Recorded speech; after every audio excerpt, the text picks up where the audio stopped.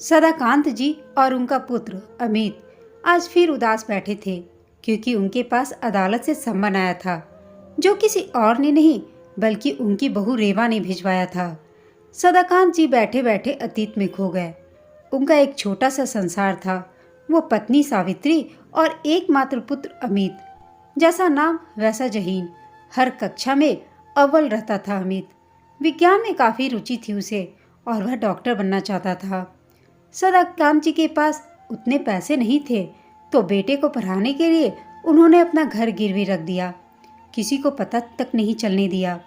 अमित को MBBS करने के बाद रिसर्च करने के वास्ते छात्रवृत्ति भी मिल गई। प्रोफेसर अनिल के अंडर में रिसर्च करने लगा अमित।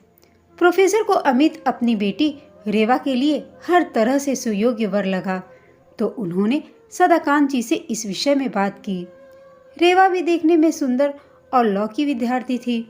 सदाकांत जी और सावित्री जी को इस रिश्ते से कोई परेशानी नहीं थी। इस तरह अमित और रेवा का विवाह हो गया। विवाह के बाद तो सब कुछ दिन तक सही चला, लेकिन थोड़े दिन के बाद सावित्री जी एक दिन ब्रेन स्ट्रोक होने से चल बसी। कुछ ही दिनों में रेवा ने अपने रंग दिखाने शुरू कर दिए।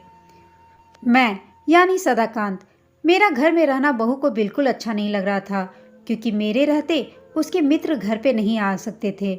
उसने मेरे खिलाफ अमित के कान भरने शुरू कर दिए, मगर अमित ने उसकी एक बात नहीं मानी। अब उसने अमित के सामने शर्त रख दी कि या तो तुम मेरे साथ रहो या अपने पिताजी के साथ। अमित ने किसी भी हाल में मुझे चुना। बहू नाराज होकर अपने मायके चली गई और साथ में ले गई हमारी बरसों की इज्जत, क्योंकि एक दिन बहू ने ये इल्ज़ाम लगा दिया कि मेरी बुरी नज़र है उस पर।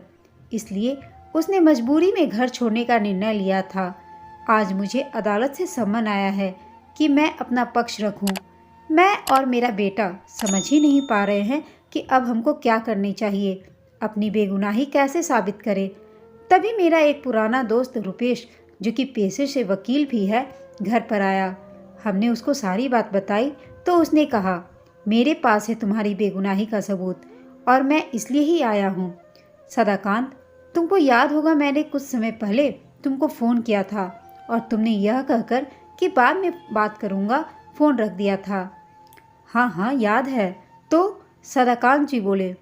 रुपेश ने कहा, उस दिन फ़ोन कटा नहीं था, इसलिए तुम्हारी और बहू की बात मेरे फ़ोन में रिकॉर्ड हो गई। वो जो भी तुमको धमकी दे रही थी वो सब है मेरे पास। तुम चिंता मत करो, ये केस हम ही जीतेंगे।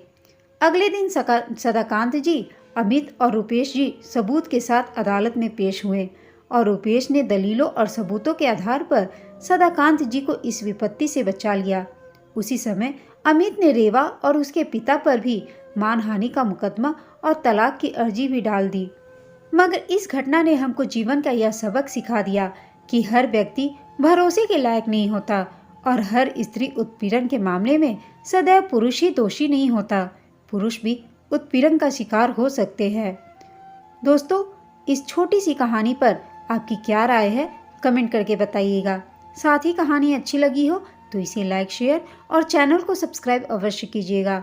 कहानी सुनने के लिए आप सबका धन्यवाद।